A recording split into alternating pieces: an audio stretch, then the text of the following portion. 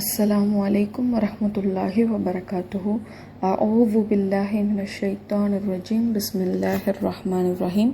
அல்லாஹுடைய மாபெரும் கிருபையால் அழகிய அழைப்பு அப்படிங்கிற இந்த தொடரின் வழியாக அல்லாஹுடனான நம்மளுடைய உரையாடலை எப்படி மேம்படுத்துறது அப்படிங்கிறத ஒவ்வொரு பிரார்த்தனை வாயிலாக நம்ம தெரிஞ்சுட்டு வரோம். அல்ஹம்துலில்லாஹ். இன்ஷா அல்லாஹ் இன்னைக்கு நம்ம திருமறை குரானில் இடம்பெற்றிருக்க ஒரு பிரார்த்தனையை பற்றி தான் தெரிஞ்சுக்க போகிறோம். இந்த பிரார்த்தனையை பொறுத்த வரைக்கும் நபி ஸல்லல்லாஹு அலைஹி வஸல்லம் அவங்க இதனை அதிகமாக ஓதக்கூடியவர்களாக இருந்தார்கள் அப்படின்னு சொல்லி அனஸ் ரலியல்லாஹு அன்ஹு அறிவிக்கிறாங்க. இது என்ன பிரார்த்தனை அப்படின்னா, சூரா பக்ராவுடைய 201வது வசனத்தில் இடம்பெற்றிருக்கக்கூடிய பிரார்த்தனை அது.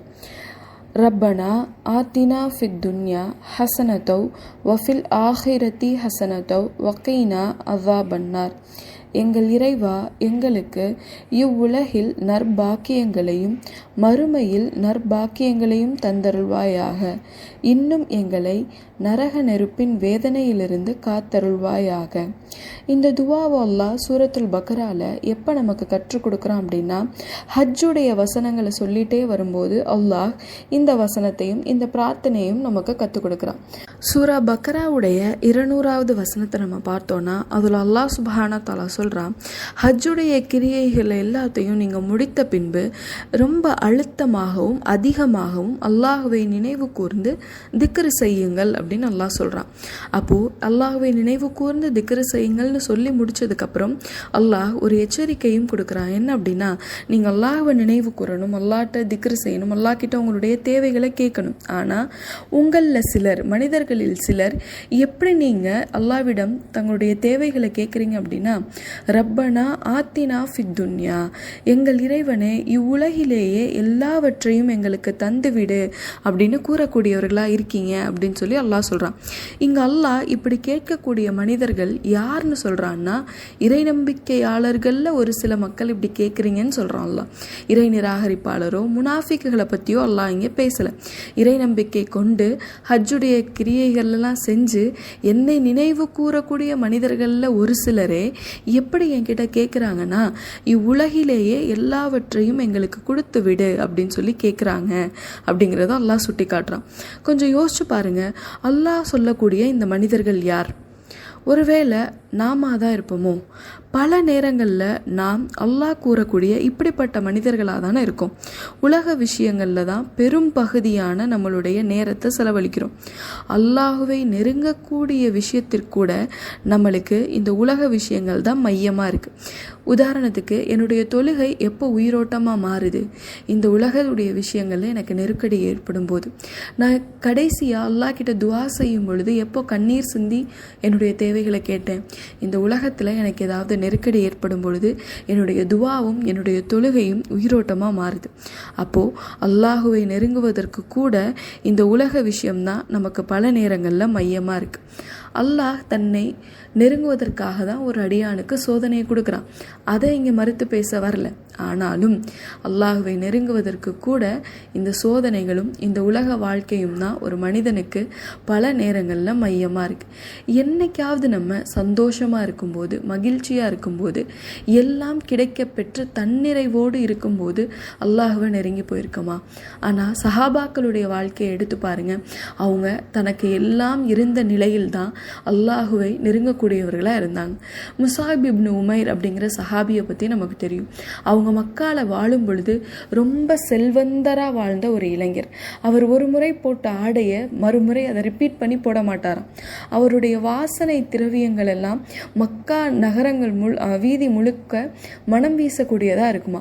அப்படிப்பட்ட ஒரு சஹாபி எல்லாம் தனக்கு இருந்த நிலையிலையும் அல்லாஹ் மேலே உள்ள ஒரு உண்மையான அன்பால் அல்லாஹ்விற்காக தன்னுடைய வாழ்க்கையை, தன்னுடைய ஆகிரத்துக்காக தன்னுடைய இம்மையை செலவழிக்கக்கூடியவராக இருந்தார்.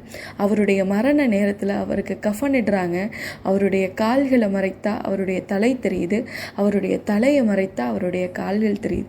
அப்போது இவரை போல நாம் எல்லாம் கிடைத்த நிலையில் அல்லாஹுவை நெருங்கக்கூடியவர்களாக இருக்கோமா? இல்லை உலக விஷயங்களில் நமக்கு நெருக்கடி ஏற்படும் போது மட்டும் அல்லாஹுவை நெருங்கக்கூடியவர்களாக இருக்கோமா? அப்போ அல்லாஹ் இப்படி ஒரு எச்சரிக்கையை சொல்லிட்டு சொல்கிறான், உங்களில் சிலர் பூமியிலேயே எனக்கு எல்லா நன்மையும் வேணும்னு சொல்லி உலக வாழ்க்கையை மட்டுமே முன்னிலைப்படுத்தி அடையாளப்படுத்தி நீங்கள் பிரார்த்தனை செய்கிறீங்க. ஆனால் இப்படி நீங்கள் பிரார்த்தனை செஞ்சீங்கன்னா நாளை மறுமையில் உங்களுக்கு ஒரு அணு அளவு கூட நற்பாக்கியம் கிடைக்காது. எல்லாமே இங்கேயே கிடைக்கப்பட்டுருச்சுன்னா நாளை மறுமையில் உங்களுக்கு எந்த நற்பாக்கியமும் இதால் கிடைக்காது அப்படின்னு அல்லாஹ் எச்சரிக்கை செய்கிறான். இந்த எச்சரிக்கையை தொடர்ந்து அல்லாஹ் சொல்கிறான், இப்படி ஒரு மனிதர்கள் இருக்காங்க. ஆனால் உங்கள்லேயே இன்னும் சில மனிதர்கள் இருக்காங்க. அவங்க எப்படிப்பட்டவங்களா இருக்காங்க அப்படின்னா, தன்னுடைய இறைவன் கிட்ட ரப்பனா ஆத்தினா ஃபித் துன்யா ஹசனத்தோ வஃபில் ஆஹிரத்தி ஹசனத்தோ வக்கீனா அதாபன்னார் அப்படின்னு கேட்கக்கூடியவங்களா இருக்காங்க.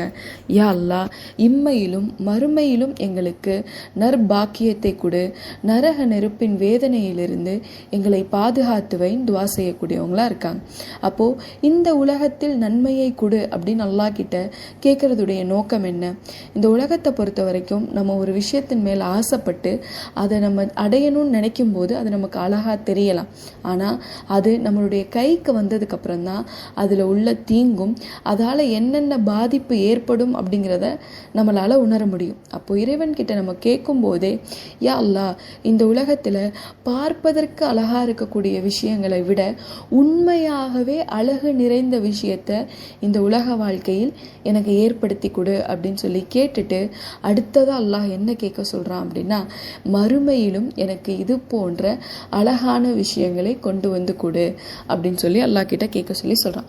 அப்துல் ரஹ்மான் இப்னு அவுஃப் அப்படிங்கிற ஒரு சஹாபி பின்னால் அவருக்கு முன்னாடி நிறைய விதமான உணவுகள் பரிமாறப்பட்டு அவர் சாப்பிட்றதுக்காக அமர்ந்திருக்கும் பொழுது திடீர்னு அழுக ஆரம்பிச்சிடுறாரு. ஏன் அழுகிறீங்க அப்படின்னு கேட்கப்படும் பொழுது, எல்லா நன்மைகளையும் என்னுடைய இறைவன் எனக்கு இந்த உலகத்திலேயே கொடுத்துட்டான் அப்படின்னா நாளை மறுமையில் எனக்கு எந்த நன்மையும் இல்லாமல் போயிருமோன்னு எனக்கு பயமாக இருக்குது அப்படின்னு சொல்லி அவர் சொல்கிறார். அப்போது ஒரு உண்மையான இறை நம்பிக்கையாளர் எப்படி இருப்பாருன்னா, இம்மையிலும் அல்லாஹ்விடத்தில் நன்மையை எதிர்பார்ப்பார்.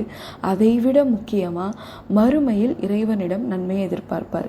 இந்த உலகத்தில் நம்ம அனுபவிக்கிற ஒவ்வொரு நன்மைகளும் ஒரு சின்ன புள்ளிக்கு சமம். மறுமையுடைய நன்மைகளை கம்பேர் பண்ணி பார்க்கும்போது இங்கே ஏற்படுற மகிழ்ச்சி, இங்கே ஏற்படுற நிம்மதி, இங்கே ஏற்படுற வசதி வாய்ப்பு, இது எல்லாத்தையுமே மறுமையுடைய நிம்மதி, மறுமையுடைய மகிழ்ச்சி, மறுமையுடைய வசதி வாய்ப்போடு நம்ம கம்பேர் பண்ணி பார்த்தோம் அப்படின்னா அது எல்லாமே ஒரு சின்ன புள்ளிக்கு சமமானதாக இருக்கும். இங்கே நம்மளுக்கு சொர்க்கத்துடைய நன்மைகள் பற்றியும் சொர்க்கத்தில் என்னென்ன விஷயங்கள்லாம் இருக்குங்கிறத பற்றியும் நபி ஸல்லல்லாஹு அலைஹி வஸல்லம் அவங்க நிறைய அறிவிப்புகள் செஞ்சுருக்காங்க. ஆனாலும் அல்லாஹ் சொல்கிறான், நாளை மறுமையில் சொர்க்கம் ஒவ்வொரு இறை நம்பிக்கையாளருக்கும் எப்படி இருக்கும் அப்படின்னா, எந்த கண்ணும் பார்த்திராத, எந்த காதும் கேட்டிராத வகையில் இருக்கும் அப்படின்னு சொல்லி. அப்போது இங்கே உள்ள நன்மைகள் எல்லாமே ஒரு சின்ன சாம்பிள் தான். இதை எல்லாத்தையும் விட பிரம்மாண்டமாக எது இருக்கும் அப்படின்னா மறுமையுடைய நன்மைகள் இருக்கும். அப்போது ஒரு இறை நம்பிக்கையாளர் அல்லாஹ் கிட்ட கேட்கும்போது, யா அல்லாஹ், இம்மையிலும் எனக்கு அழகான விஷயங்களை கொண்டு வந்து சேரு, அதை விட முக்கியமாக மறுமையிலும் எனக்கு அழகான விஷயங்களை கொண்டு வந்து சேரு. இன்னும் அந்த மறுமை நாளுடைய கொடூரமே அந்த நரக நெருப்பு தான். அந்த நரக நெருப்புடைய வேதனையிலிருந்து என்னை பாதுகாத்து வை அப்படின்னு சொல்லி துவா கேட்கக்கூடியவங்களா இருப்பாங்க அப்படிங்கிறத அல்லாஹ் சுட்டி காட்டுறான். இந்த பிரார்த்தனையை சொல்லி முடிச்சுட்டு அடுத்த வசனத்திலே அல்லாஹ் சொல்றான், அப்போ யார் ஒருவர் இந்த இரண்டு விஷயங்களையும் அல்லாஹ் கிட்ட கேட்கிறாங்களோ, இம்மையுடைய நன்மையையும் மறுமையுடைய நன்மையையும் யார் இறைவனிடம் கேட்கிறாங்களோ அவர்கள் நற்பேறு பெற்றவர்களாக இருப்பார்கள். அதாவது ஒரு நல்ல பாக்கியம் பெற்றவர்களாக இருப்பாங்க. அவங்க செய்ததற்கான கூலி அவர்களுக்கு கொடுக்கப்படும் அப்படின்னு சொல்லி அல்லாஹ் இந்த துவாவுடைய பிரதிபலன் என்னவா இருக்கும் அப்படிங்கிறதையும் தன்னுடைய திருமறை குர்ஆன்ல சுட்டி காட்டுறான். அப்போ அல்லாஹும் அல்லாஹுடைய தூதரும் நம்மளுக்கு என்ன விஷயங்களை கற்றுத்தராங்க அப்படின்னா, இஸ்லாம் வெறுமென மறுமைக்கு மட்டுமே சம்பந்தப்பட்ட மார்க்கம். இம்மையில ஒரு இறை நம்பிக்கையாளர் மகிழ்ச்சியாகவும் நிம்மதியாகவும் வாழவே கூடாது அப்படிங்கிறத எதிர்பார்க்கறது இல்லை.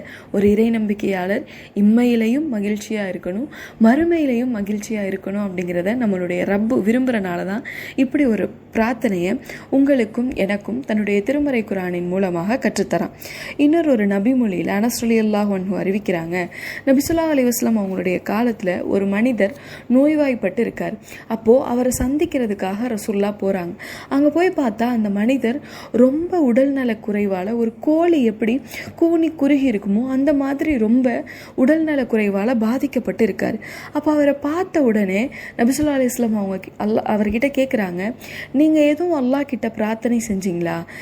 உங்களுக்கு ஏற்பட்டிருக்க இந்த நிலையை குறித்து நீங்கள் ஏதாவது அல்லாஹ் கிட்ட மன்றாடி பிரார்த்தனை செஞ்சீங்களா அப்படின்னு.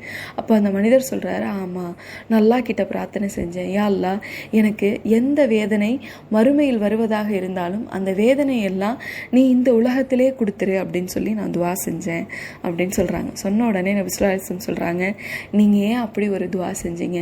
அதுக்கு பதிலாக ரப்பனா ஆத்தினா ஃபித்துன்யா ஹசனத்தோ வஃபில் ஆஹிரத்தி ஹசனத்தோ வக்கீனா அதாபன்னார் அப்படின்னு துவா செஞ்சிருக்கலாம் தானே அப்படின்னு கேட்டுட்டு இந்த துவாவை அவரை செய்ய சொல்லியும் நபி ஸல்லல்லாஹு அலைஹி வஸல்லம் அவங்க சொல்கிறாங்க.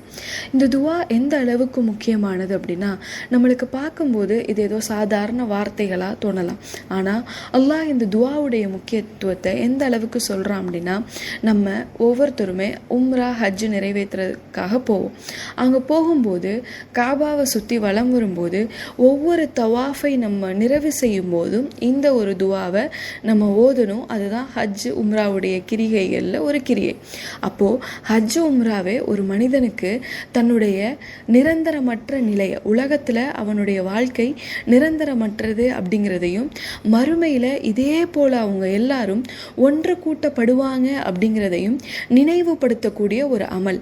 அப்படிப்பட்ட ஒரு அமலில் துவா செய்யும் போது அல்லாஹ் இந்த உலகத்துக்கும் சேர்த்து மறுமையையும் சேர்த்து துவா செய்யும்படி கற்றுக் கொடுக்குறான். அப்போது நம்ம இந்த துவாவை அதிகமாக கேட்கக்கூடியவங்களாக இருக்கணும். நம்மளுக்கும் இந்த உலகத்தில் வாழ்கிற காலம் வரைக்கும் நிம்மதி வேணும் தானே.